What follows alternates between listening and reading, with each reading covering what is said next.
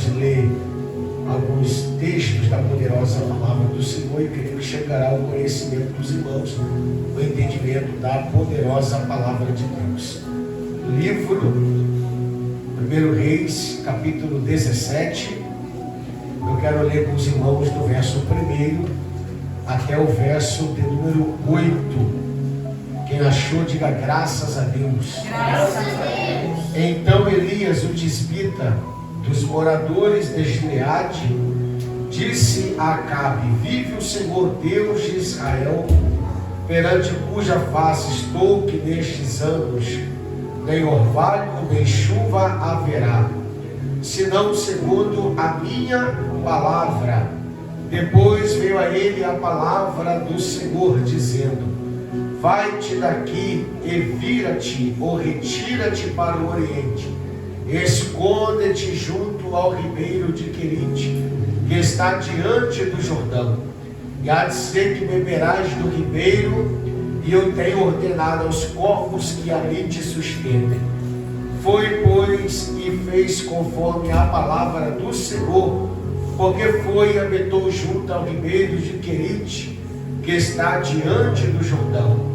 E os corvos lhe traziam pão e carne pela manhã, como também pão e carne à noite, e bebia do ribeiro.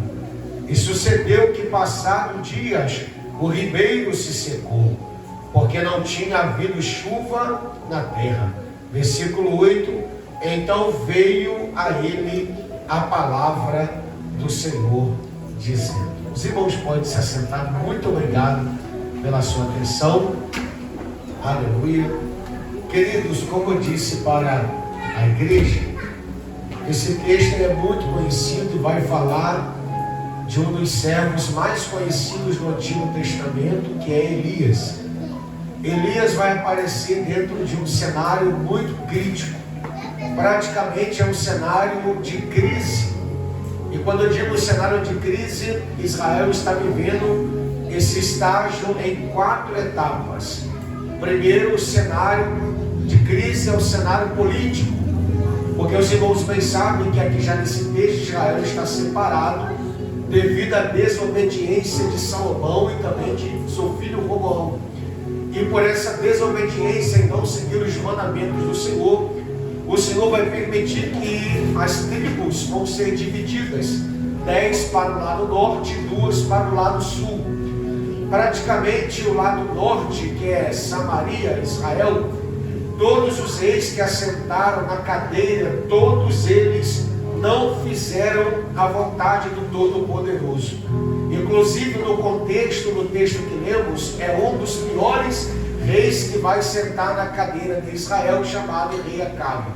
Esse homem vai fazer de tudo para chamar a atenção de Deus, não dentro de uma perspectiva bíblica de obediência, mas a Bíblia diz que ele vai trazer todo tipo de pecado, e esse todo tipo de pecado vai aflorar a ira do Senhor sobre o povo de Israel pela desobediência do rei chamado Acabe.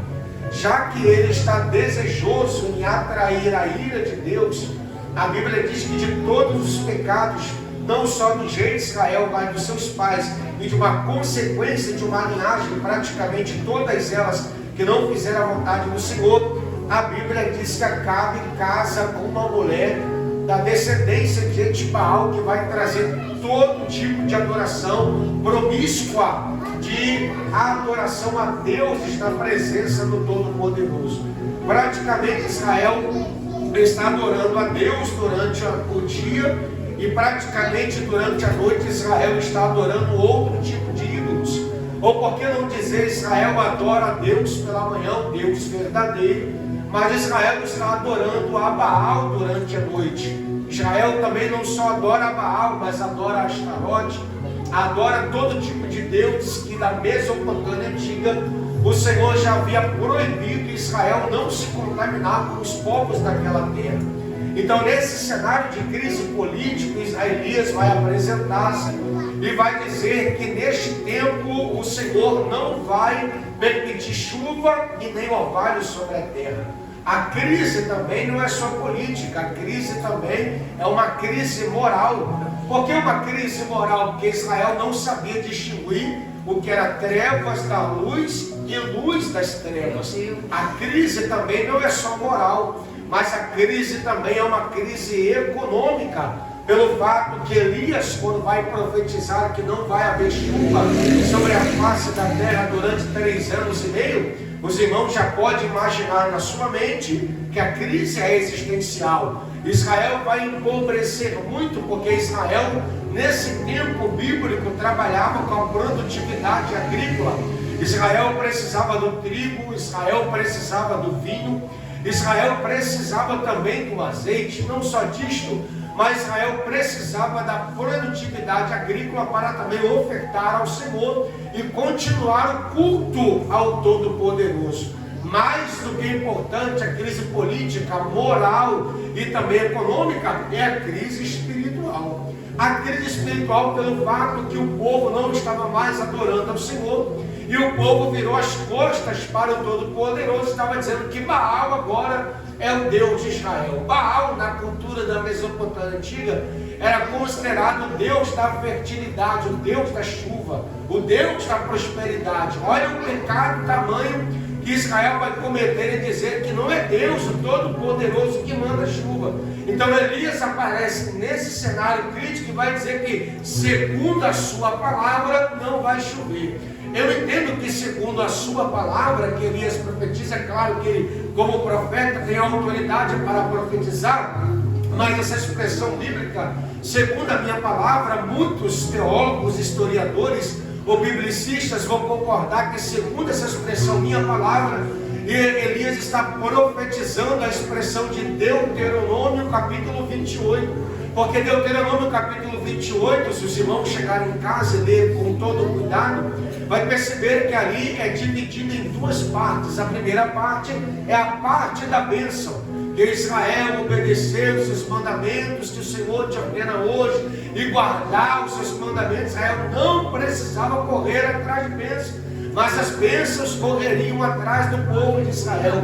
Eles seriam bênçãos no campo, seriam bênçãos na cidade, eles seriam o fruto da sua amassadeira, seria muito próspero. Israel iria viver tempo de prosperidade, a chuva seródia e a chuva temporã, que é a primeira e a última chuva que Israel precisava para a colheita continuar produzindo, Deus traria. Mas também Deuteronômio 28 tem a segunda parte, que é a parte das maldições, que se nós não obedecemos ao Senhor, as maldições iriam nos alcançar. Isso quer dizer que a promessa de Deus para nós é chamada de promessa condicional. Todos nós sabemos disso, principalmente nós que somos pentecostais, que Deus só tem compromisso com quem tem compromisso com Ele. Então, se nós não tivermos compromisso com Deus, não adianta nós nada exigirmos do Senhor, porque tem gente, irmãos, que não tem compromisso com Deus e acha que ele é obrigado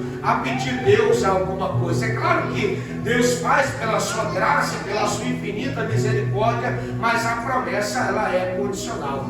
Mas quando Elias profetiza ao povo de Israel, e foi principalmente a Acabe, geralmente eu acredito que Elias, pastor Divaldo, pastor Nilson, pastor Juliano, aos demais irmãos, eu acredito que Elias pensou que Deus alavancaria o seu ministério, porque era normal. O profeta profetizava e logo Deus apresentava este profeta à nação. O nome do profeta ficava evidente. Mas nesse texto aqui, o Senhor vai mostrar para nós as fases da caminhada cristã de um homem e de uma mulher de Deus. Porque quando Elias profetiza esta palavra tão rapidamente, a Bíblia diz que veio a palavra do Senhor a Elias dizendo: retira-te daqui e esconde-te ao leste, ao oeste do ribeiro chamado Querite. Olha que interessante, porque Elias é um profeta que é do território de Gileade, não é muito conhecido naquela época, praticamente de uma terra altíssima, uma pequena comunidade, que nem na geografia bíblica, às vezes, alguns mapas aparecem. Mas por que o Senhor pede para Elias se esconder? Porque a maioria dos profetas estava sentado na mesa de Jezabel e Acabe, e eles profetizavam aquilo que Acabe queria ouvir. Então praticamente muitos profetas no cenário aqui não tinham autoridade para profetizar na cara de Acabe. Muitos profetas não tinham autoridade para poder profetizar na casa de Jezabel, porque eles comiam no prato e comiam na mesa de Jezabel. Quando Elias aparece, irmãos, ninguém conhecia Elias. Então o que o Senhor faz? Elias profetiza e entra a primeira fase que todo crente, se você não enfrentou, você pode se preparar que todo crente enfrenta essa fase. É a fase do esconderijo. Porque a palavra querite, ela tem 210 significados, e uma delas significa esconder, uma delas significa cortar pelo meio, outra delas significa colocar no tamanho certo, outras delas significa se esconder para divorciar-se do sistema. A pergunta é: por que Deus, após uma profecia tão linda dessa, o Senhor, em vez de apresentar Elias, vai esconder Elias? Porque se o Senhor não esconde Elias, ou Jezabel e Acabe mataria Elias tão rapidamente. Porque, irmãos, alguém dizer nesse cenário que não vai haver chuva, nem orvalho, nem neblina, irmãos, vai haver uma sequidão terrível, vai assumir. Mas uma coisa que me chama a atenção é que tem uma face que Deus vai esconder a gente. Por que Deus esconde a gente? Porque se Deus não esconder a gente às vezes vai se achar demais, o orgulho vai transparecer demais, a soberba vai transparecer demais. Porventura Elias poderia bater no peito e dizer: eu sou profeta que profetizou e não vai haver chuva. Mas Tiago disse que Elias era um homem sujeito às mesmas paixões do que nós. Então chega um momento que Deus esconde todo crente no querite. Pode ver, irmão, que no querite Acabe não encontrou Elias, no querite Jezabel não encontrou Elias. Porque tem momento que Deus nos esconde, porque se nós aparecermos demais, o diabo pode tentar atrapalhar o projeto que Deus tem na sua vida. Mas quando Deus te esconder, você não precisa ficar preocupado. Talvez dentro de um esconderijo você diz: eu oro, Deus não abre a porta. Quanto mais eu oro, a aprovação ela se aflorece. Quanto mais eu estou escondido, nada acontece na minha vida. Mas a Bíblia diz que quando Deus esconde Elias, algo fenomenal vai acontecer. A Bíblia diz que o Senhor diz para Elias: esconde-te no ribeiro de Querite, que fica ao leste do Jordão. Você vai beber da água do ribeiro e você vai ser sustentado pelos corvos. Os corvos vão trazer pão quentinho de manhã e carne de manhã, e os corvos vão trazer pão e carne à noite. Eu pergunto para os amados irmãos: se não havia chuva e não havia nada sobre a face da terra, da onde é que Deus arranja pão e da onde é que Deus arranja carne? Aí, irmão, nem tudo eu posso dizer para os irmãos, que tem momento que Deus abre a porta, tem momento que Deus também fecha a porta e esconde a chave. Então, nesse momento eu não sei explicar. Eu sei que mesmo Elias do querite, a provisão de Deus não vai faltar para a sua vida. Tem momento que Deus esconde a gente e você fica preocupado. Talvez Deus esconde seu ministério, talvez Deus esconde alguma coisa que você quer que Deus faça no momento. Mas Deus prefere te esconder, porque se Deus te apresentar agora, você vai se perder, a sua casa vai se perder, o teu filho vai se perder. Mas se você for na direção de Deus para o querite, o diabo não consegue te achar, os demônios não conseguem lhe encontrar. Eita glória! O inimigo vai fazer de tudo para destruir a tua casa, mas Deus diz: ela está escondida no querite, ela está escondida. E quando você está escondido, Deus vai te colocar no tamanho certo. Irmão, quer ver doer? É Deus colocar você escondido e Deus colocar você no tamanho certo. E quando Deus nos coloca no tamanho certo, Deus vai enviar corvos. Há quem diga que esses corvos podem ser animais carnívoros, animais de pequeno porte. Outros já dizem que essa palavra corvos no hebraico é homens árabes nômades que passavam pelo deserto e distribuíam comidas para os homens que peregrinavam naquele lugar. Eu posso até concordar e faz ênfase a esse texto, mas eu posso tentar tirar a providência de Deus, o milagre de Deus desse texto. Eu posso até acreditar que Deus envia homens para sustentar Elias, mas fica mais bonito Deus chamar animais e dizer assim: vai lá e cuida do meu profeta, vai lá e cuida de manhã dele, vai lá e cuida de noite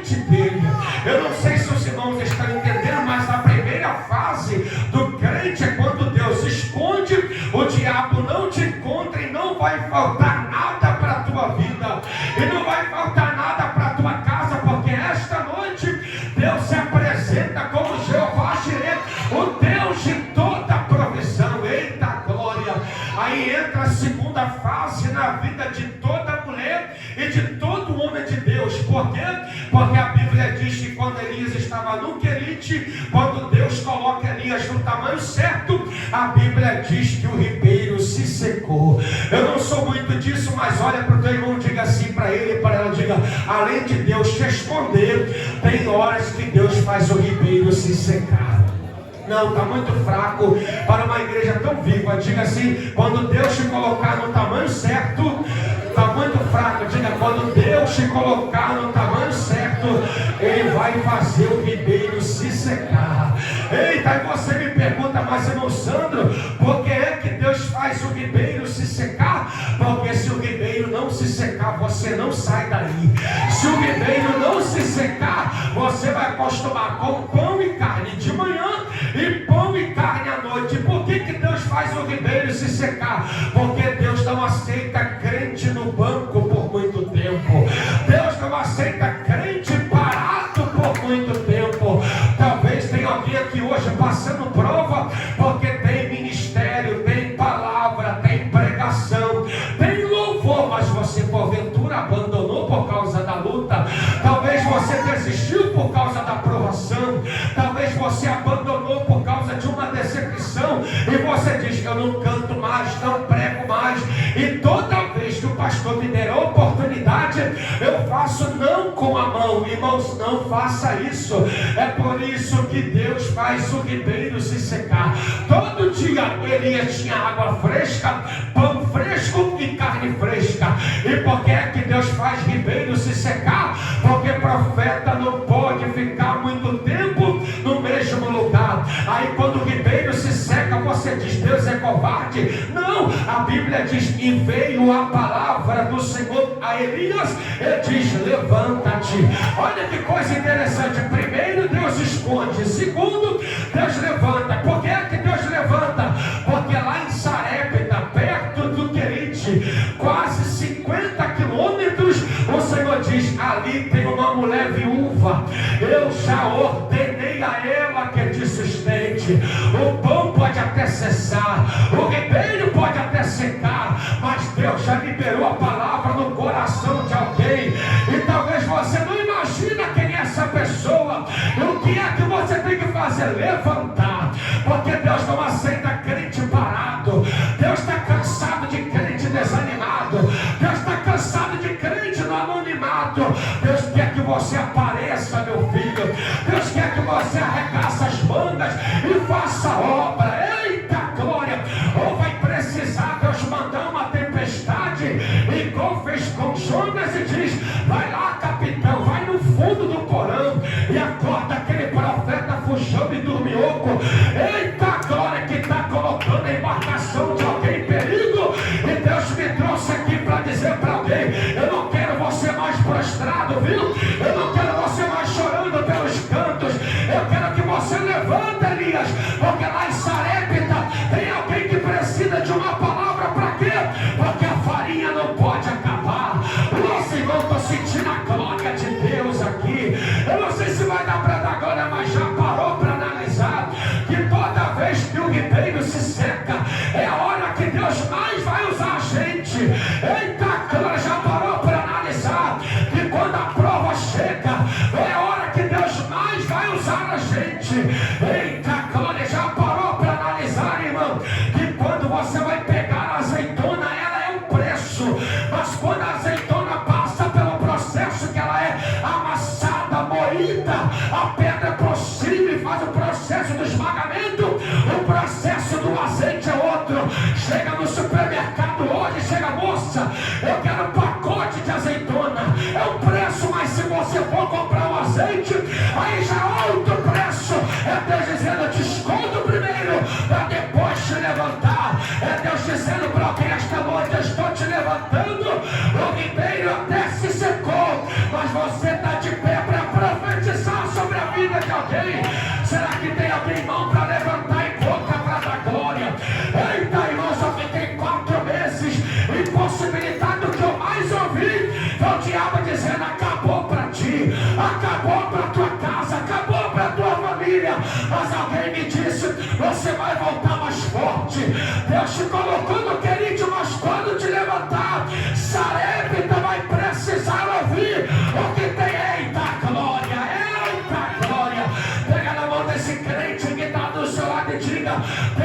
secar teu ribeiro, meu filho. Deus vai secar teu ribeiro, porque lá em Sarepta tem uma viúva catando graveto para fazer bolo. E você vai profetizar que não vai faltar farinha, não vai acabar azeite, porque Deus vai multiplicar. Tem alguém entendendo isso aqui? Pode adorar a Ele esta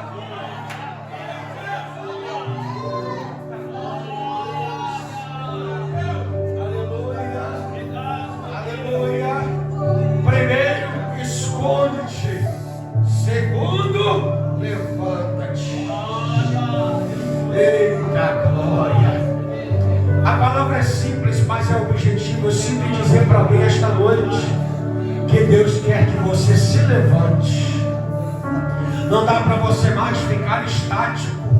Não dá para você mais adiar a obra que Deus tem na tua vida. A ordem de Deus é: levanta-te. Ah, irmão Santo, mas eu não sei falar. Vai do jeito que Deus vai te conduzir.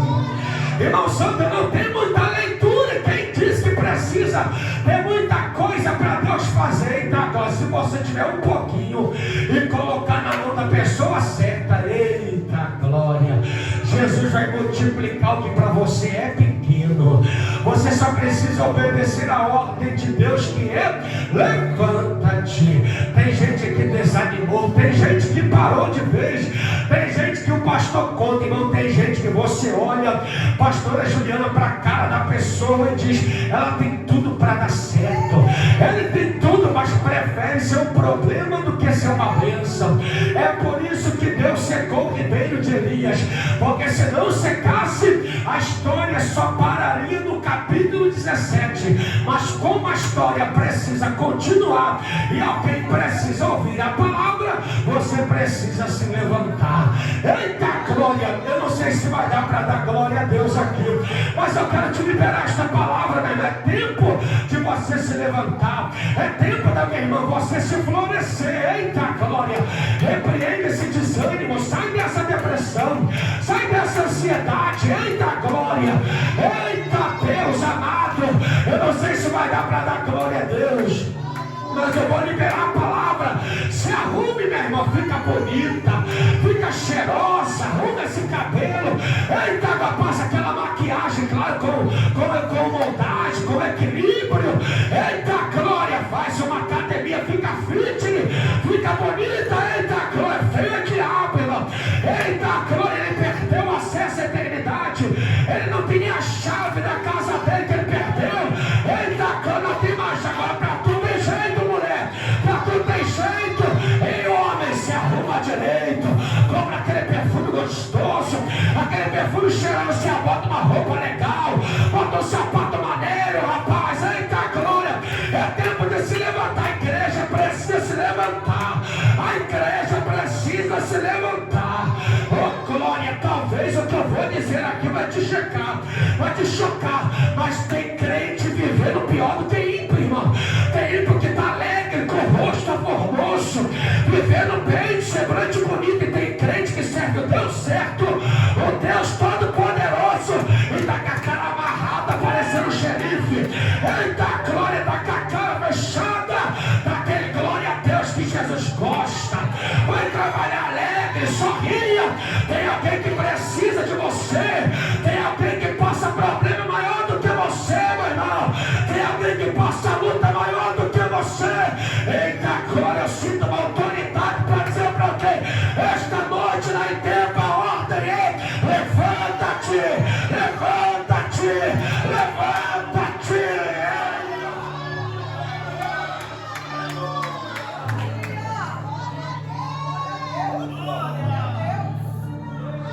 Eita, diga para o teu irmão: Deus esconde, Deus levanta.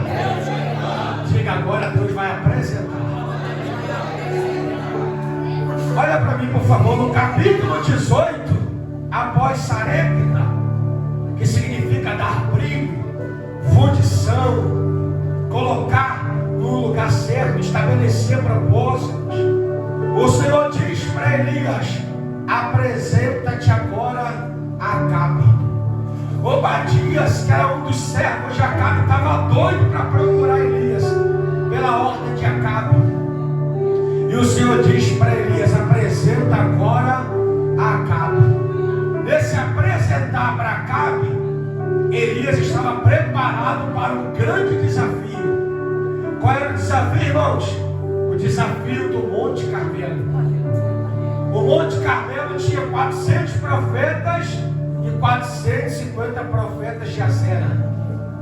E Elias disse: o Deus que responder com fogo, esse será o Deus que deve ser o quê? Glorificado. Só que Elias, irmãos, é tão autoritário e cheio de autoridade, perdão, que Elias faz o desafio no Carmelo. Por que no Carmelo e não no Gerizim? Porque Carmelo era onde os profetas clamavam por Baal. Era onde eles acreditavam que a chuva começava por lá. Elias disse: já que eu fui para o Querite, passei por Sarepta, Deus mandou apresentar, eu vou desafiar eles na casa onde diz que Baal vai chover. Aí Elias diz: separa cordeiros, cada um separa o seu. O Deus que respondeu com fogo, esse é o Deus verdadeiro. Elias disse assim: além de você estar na casa de vocês, é vocês que vão começar o sacrifício. Às 6 horas da manhã começa o sacrifício. O profeta de Baal separa o altar, faz aquela carnificina toda, ao meio-dia se corta, se lança no altar, joga sangue no altar. Desculpa a expressão, aquela sujeira, aquela porcaria toda. E a Bíblia diz que Elias diz: grita mais alto. Talvez Baal esteja viajando, dormindo, porque quando você se apresenta, você tem autoridade para confrontar o pecado. Quando você se apresenta na direção de Deus, você tem autoridade para confrontar. Eita, tem gente entendendo que mistério. E na casa de Baal, Elias diz: acabou o tempo de vocês esperam quase 6 horas para chamar a atenção de Baal. Baal não faz nada. Aí Elias arruma o altar, porque para Deus responder com fogo, o altar tem que estar o quê, irmãos? Consertado. Aleluia. Tem gente querendo resposta de Deus, mas o altar está fora do lugar. Tem gente querendo milagre, mas não está com o altar em dia. A primeira coisa que Elias diz: conserta o altar. Coloca 12 pedras aí, porque simboliza as 12 tribos da casa de Israel. Agora, coloca do jeito que deve ser o altar. Coloca água no altar. Eita glória. Mas eu falei para os irmãos, há uns 10 minutos atrás, que Deus não fazia chover, tinha 3 anos e meio. Da onde Elias arrumou aquela água? Irmãos, aí é mistério. Porque quando Elias vai sacrificar ao Senhor, ele coloca a água no Carmelo. E lá no mesmo capítulo 18 ou 19, Elias vê uma nuvem do tamanho da mão do homem. Porque a água que você oferece aqui embaixo no Carmelo é a quantidade de água que Deus vai mandar em cima dela. Você não entendeu? Eu estou dizendo para você que quando Elias arrumou o altar e colocou o cordeiro, colocou a água e clamou pelo Deus de Israel, o altar chupou a água, lambeu a água, consumiu o cordeiro, respondeu com fogo. Eita, mas o altar não tira nada de ninguém. O altar devolve. Ei, você não entendeu? O altar devolve. Diga para o teu irmão: o que você oferece no altar, o altar vai te devolver 100 vezes mais. Eita glória. Rapidinho, para nós terminarmos falando sobre o altar. Eu lembro de uma história muito interessante.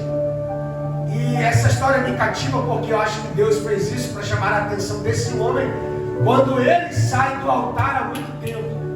Porque quando Deus chama Abraão, desde Gênesis 12 ao 20, se os irmãos lerem em casa, todas as vezes que Deus falava com Abraão, Abraão levantava o altar.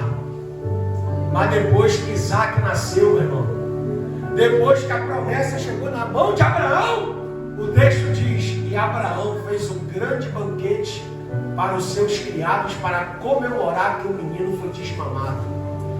Ué, quando a prova chegou, tinha altar levantado. Quando a promessa chegou, eu faço banquete, mas não faço altar. Aí no capítulo 22 diz o texto Deus provou Abraão. Qual foi a prova? Eu quero o teu filho, o teu único filho. E você vai subir ao Moriá com ele. E eu vou te mostrar onde eu quero que você sacrifique ele. Abraão prega 3 séculos, caminha quase 3 dias de distância. De longe Abraão viu o monte que Deus determinou que ele deveria sacrificar Isaac. Mas quando Abraão vai subir uma das regiões do Moriá, você não sabe, o texto sabe que Deus não queria que Deus matasse Isaac, e até então não matou. O texto em Hebreus diz que mesmo que Abraão matasse Isaac, Abraão tinha tanta fé que Deus ressuscitaria o menino, mas Abraão não matou Isaac. Abraão amarrou Isaac quando ele foi estender o cutelo para matar Isaac. Quando ele amarrou Isaac no altar, quando ele amarrou o sorriso dele no altar, Deus diz: não precisa matar o teu sorriso. Aleluia! Eu só te trouxe até aqui porque você nunca deveria ter saído do altar. Tem gente que pegou aqui, eu vi 2 glória a Deus, aleluia. Eu vou repetir. Deus, ele não quer tirar nada de você. Deus só quer fazer com que você volte para o lugar que você nunca deveria ter saído. Ou seja, quando a prova chega, você não falta a campanha. Quando a prova chega, você não falta o culto de oração. Mas quando a vitória chega, você diz que não tem tempo para buscar a Deus. Então tem alguma coisa errada. Então Deus prefere amarrar o teu sorriso no altar do que o teu sorriso ficar fora do altar. Eita, meu Deus, aleluia. Não, meu irmão, você não está entendendo. Eita, glória, eu vou repetir de novo. É melhor você amarrar com um sorriso no altar do que o teu sorriso fora do altar. Aí é você viver de aparência. Deus não quer que você vive de aparência. Quando Abraão vai estender a mão para matar, ele diz: não faças tal coisa, porque agora eu sei que temes a mim. Eita, glória, altar consertado, cordeiro sacrificado, resposta de Deus dá certa. Eita, levante as tuas mãos esta noite, eu quero liberar. Eu sei que eu não tenho cara de profeta, mas sou um profeta de Deus e quero liberar esta noite o que você veio apresentar a Deus. Deus vai responder com fogo. Eita, glória, que pena que muitos não creram, mas eu vou liberar. Você já ficou escondido nos esconderijos do Altíssimo. Você já foi em Sarepta, já liberou que não vai acabar azeite e nem a farinha. E agora você sai do Monte Carmelo com a resposta de Deus. Qual é a resposta? Só o Senhor é Deus. Eu queria desafiar agora em tempo que cada situação que eu falar você vai gritar: só o Senhor é Deus. Eu não sei qual é a tua luta, você vai gritar assim: só o Senhor é Deus. Talvez é uma prova, você vai gritar: só o Senhor é Deus. Talvez é uma enfermidade, você vai gritar: só o Senhor é Deus. Talvez você está diagnosticado com câncer, mas você vai dizer para o câncer: só o Senhor é Deus. Se a porta estiver fechada, só o Senhor é Deus. Se ele abrir a porta, só o Senhor é Deus. Se ele salvar o teu filho, só o Senhor é Deus. Diga: se ele te curar, só o Senhor é Deus. Diga: se ele não curar, só o Senhor é Deus. Diga para o teu irmão, diga: nesta noite a resposta de Deus se apresenta para ti. Eu creio que no culto da promessa, como este, eita que aito, rebica, baixulha, a presença de Deus nesta casa libera para Deus. Você não vai sair daqui de mão. Oh glória, quem pode adorar Ele por um minuto? Quem tem glória já está liberado. Quem tem aleluia já está liberado. Só o Senhor é Deus. Só o Senhor é Deus. Só o Senhor é Deus.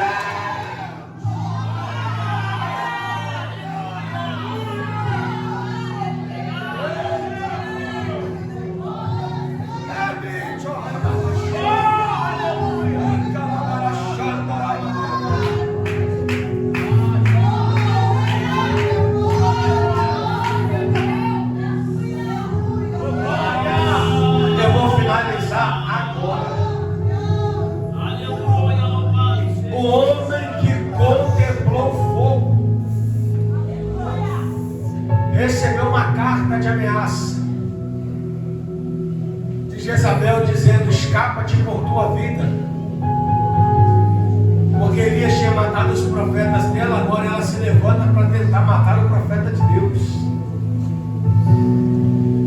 Elias, irmãos, pega o seu servo, pega o jumento, e ele vai para o deserto de Beceba. Entra a terceira ou quarta fase da caminhada cristã. Já parou para analisar que após uma grande experiência, talvez pode vir um fracasso ministerial ou a vontade de desistir? Porque Elias pensava que lá no Carmelo haveria uma projeção de conversão, mas não, a situação ficou pior ainda. Ele recebe uma carta, ele vê o sistema mudar, o sistema se põe contra ele. E ele vai para Beceba e faz esta declaração. Chega em casa e lê o capítulo 19. Ele fala assim: Senhor, não sou melhor do que os meus pais. Ele debaixo de um pé de zimbro e diz: não sou melhor do que os meus pais. Tira-me a minha vida agora. Irmãos, Deus olha para aquela declaração de Elias e vê que aquela declaração não é que Elias queria morrer. Elias precisava que Deus tratasse do seu cansaço. Porque se Deus levasse a declaração de Elias a sério, tiraria a vida dele ali mesmo. Porque ele dá a vida e ele mesmo. Mas ele olha para o anjo, que eu não sei qual anjo, e diz assim: desce lá no pé de cima. Tem um profeta que está deitado, desejando a morte, lutando contra o sistema. O anjo chega. Quando o anjo chega, tem pão na brasa e o outro de água geladinha. E olha que para manter essa temperatura num deserto como o de Beceba, era muito difícil. É por isso que o anjo chega e acorda Elias. Pode ler o 19. O anjo diz: Elias, acorda. Elias olha para a cara do anjo. Você acha que Elias acordou? Elias continuou dormindo. Por quê, irmão? Porque o cansaço, o desânimo faz isso com a gente. Até para a gente chegar na igreja é uma luta, irmão. Verdade, está vendo? Porque faz parte, irmão. Todo mundo aqui, ninguém é Mulher Maravilha e Super-Homem. Todo mundo passa por isso. Tem gente, irmão, que a gente pensa 1000 vezes: vou, não vou, vou, não vou, vou, não vou. Mas quando vai chegando próximo do culto, aquele fogo vai queimando, irmão. Vai dando aquela agonia, aquele, meu Deus, aquele aperto. Vai apertando, eita, glória. Tem crente do ano, o que tem desse mistério? Glória a Deus. Aí você fala assim: a prova está crendo, mas eu vou lá assim. A luta está crendo, não sei quem vai pregar, quem vai cantar, eu só quero ouvir Deus falar. O anjo diz: Elias, acorda! Tem pão fresco e tem água fresca para você beber. Elias comeu do pão, bebeu da água. E a Bíblia diz que com a força daquela comida ele caminhou 40 dias e 40. Mas aí eu quero explicar algo para os irmãos, eu vou terminar aqui agora. Porque é que o anjo acorda Elias na hora certa, naquele deserto, com aquele desânimo. A expressão pão na brasa, e preste atenção aqui, por favor. A expressão pão na brasa ali no hebraico vem da palavra ugá. Essa expressão ugá significa que era uma camada fina de farinha de trigo, como o pão era feito, e era assado na brasa. E se ele ficasse muito tempo de um lado só, ele iria ficar muito cozido por fora e ficava cru por dentro, ou ficaria muito queimado. Se o anjo não acorda Elias na hora certa, olha o que Elias iria falar para Deus: está vendo, Deus? Pediu o Senhor a morte, agora chega o anjo e dá-me oferta um pão queimado. E por que Deus acorda Elias na hora certa? Porque crente desanimado reclama de tudo. Crente triste reclama de tudo. E é por isso que Deus vem na hora certa para te trazer socorro. Eita, glória! Não sei se os irmãos conhecem aquele tipo de crente que ele reclama de tudo, mas ele não faz nada para ajudar. Além de não fazer, critica quem está fazendo. Se eu fosse fulano, então fazer não, critica. E cá para nós, o crente mais problemático da igreja, você não pode conversar com ele, tem que dar trabalho para ele, que ele vai culpar a mente, ele vai parar de te perturbar, ele vai parar de perturbar. O anjo chega do deserto para trabalhar no coração, porque ele está desanimado, ele levanta, porque ele tem muita coisa para você fazer. Você pode pegar na mão dessa pessoa que está do seu lado, vou terminar agora. Você diz assim para ele, diga assim: no dia do teu desânimo. Não, está muito fraco, diga no dia do teu desânimo. Jeová vai mandar uma providência tão grande. Diga que aquilo que pensou em fazer desistir, você vai caminhar muito mais longe. Diga para o teu irmão, sabe por que Deus não vai deixar você desanimado? Porque se você desanimar, a tua casa vai desanimar. Se você parar, a tua casa vai ser destruída. Deus me trouxe aqui para dizer para alguém hoje, Ele vai visitar o teu deserto. Irmãos, eu estou pregando aqui, só Deus sabe, irmão, meu Deus do céu. Eu preciso que Deus visite o meu deserto hoje. Eu preciso que Deus visite o teu deserto. Eu não sei qual é o teu deserto, mas Deus tem pão fresquinho, tem água fresca. Eita glória, eu vou dizer de novo que tem pensando nisso aqui. Se você dizer não quero mais, pastor, não quero mais, pastora, é nessa hora que o diabo vai te aplaudir, vai dizer isso que eu queria ouvir da boca dela. Mas esta noite o que o diabo vai ouvir da tua boca é: na prova eu vou dar glória, na luta eu vou dar glória. Esta noite, se o socorro não vier da terra, o socorro vai vir da eternidade. Eu creio nisto. Eu não sei se aí dentro está crendo, pastor, mas se a providência não vier da terra, aí dentro vai receber uma providência poderosa da eternidade. Bate na mão de 2 ou 3 pessoas e diga: você está proibido de parar, você está proibido de desistir.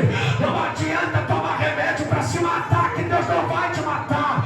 Não adianta se entupir de remédio, que Deus não vai deixar, porque tem muita gente que depende da tua oração, tem muita gente que depende do teu canto. É por isso dessa carta no ombro, é por isso essa dor de cabeça constante, é por isso essa dor no corpo. É o peso da chamada, é o peso do chamado. E não adianta tomar dipirona, não adianta tomar Dorflex, Torcilácio, é joelho, jejum, oração e palavra, meu filho. Irmão, que glória é essa? Se você não gravou nada que eu disse, escute isso aqui que eu vou te falar. Eita glória, eita glória. Se você não gravou nada que eu disse, grave isto no que eu vou te falar. Eita glória.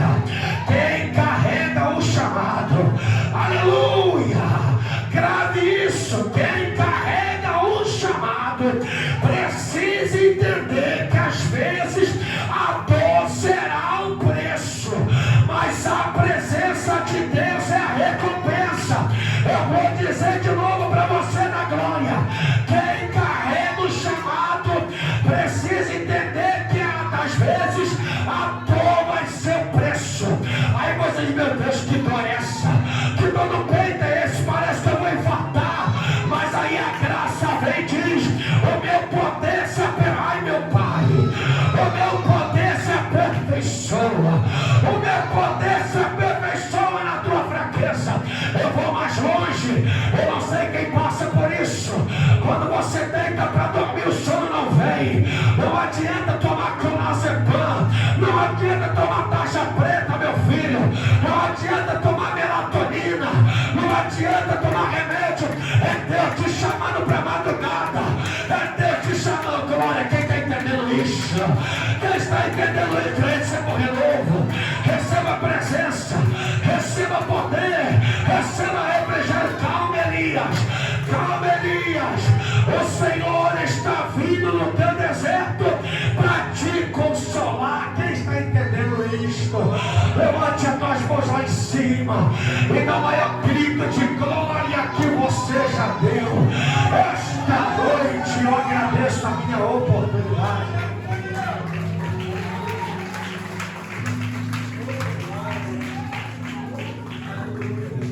Glória a Deus.